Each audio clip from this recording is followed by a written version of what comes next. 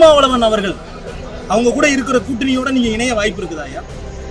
இல்ல அதுக்கு உங்களுக்கு ஏதாவது அரசியல்ல எதுவும் நடக்கும். ஐயா, சின்னம் வாங்குறது, கட்சியை கைப்பற்றுறது முழுமையா அதுக்கான என்ன சட்ட நடவடிக்கையில ஈடுபட்டு வரீங்க? எல்லாம் எடுப்போம்.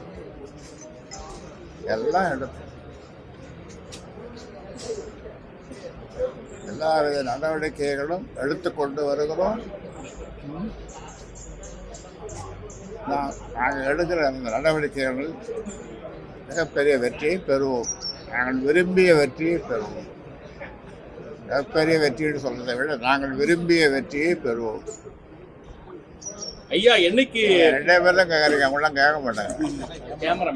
கேமராமேன் ஐயா, கேமராமேன் என்னைக்கு ஐயாட்ட இருந்து கூட்டணி தொடர்பான அறிவிப்பு வரும்? எல்லாருமே எதிர்பார்த்துட்டு இருக்காங்க. வரும், விரைவில் வரும். இரட்டை இலக்கமா ஒற்றை இலக்கமா? என்ன டிஜிட்ஸ் எவ்வளோ நீங்க எதிர்பார்க்குறீங்க? ஒரு 1, 2, 3. ஐயா, ஒரு தகவல் தான், அதனால ஐயாட்ட தகவல் கேட்கிறேன். ஐயா எதுவும் இது பண்ணிக்கிடுவாரு. தாவேக்காட்ட பேச்சுவார்த்தை நடத்திட்டு இருக்கிறதாகவும் 50 சீட்டு கேட்பதாகவும் ஒரு தகவல் வருது.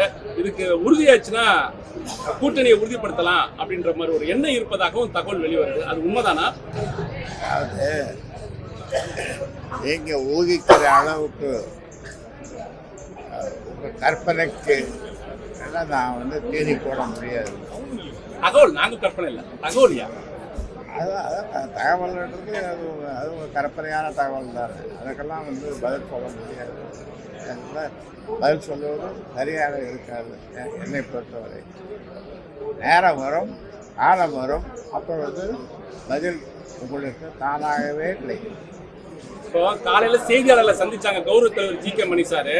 நான் இந்த தேர்தலில் போட்டியிட போறதில்ல, விருப்ப மனு தாக்கல் செய்ய போறதுன்னு சொன்னாங்க. அதே போல நம்ம செயல் தலைவர் காந்தி அக்கா இருக்காங்க, அவங்களும் இந்த சட்டமன்ற தேர்தலில் போட்டியிடுறதுக்கு வாய்ப்பு இருக்கா? ஐயா உத்தரவு விடுவீங்களா?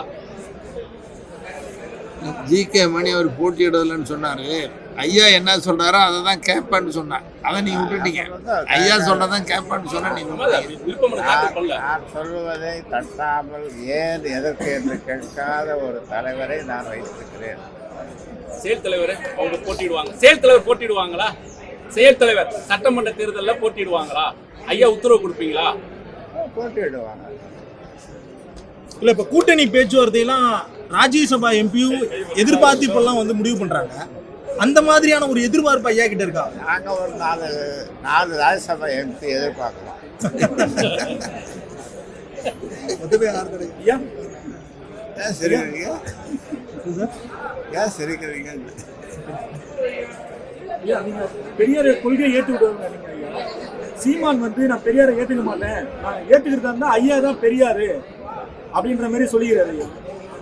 ஒவ்வொருவருடைய கருத்து ஒரு மாதிரியா இருக்கு. உங்க கருத்து ஒரு மாதிரி, பக்கத்தில் இருக்காங்க அவருடைய கருத்து ஒரு மாதிரி, அந்தாண்ட இருக்கிற ஒரு கருத்து ஒரு மாதிரி, ஒவ்வொருத்தருடைய கருத்து ஒரு மாதிரியா இருக்கும். அதற்கெல்லாம் பதில் சொல்லணும்னா இன்னைக்கு சாயந்தரம் 6-7 மணி வரைக்கும் ஆயிடும். திருமாவளவன் கூட இருக்கக்கூடிய கூட்டணியில நீங்க இணையறதுக்கு வாய்ப்பு இருக்கா? திருமாவளவன் அவர்கள் அவங்க கூட இருக்கிற கூட்டணியோட நீங்க இணைய வாய்ப்பு இருக்குதா ஐயா?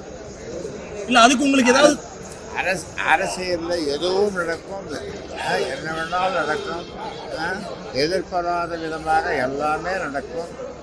எதுவும் நடக்காதுன்னு சொல்ல முடியாது அரசியல்ல.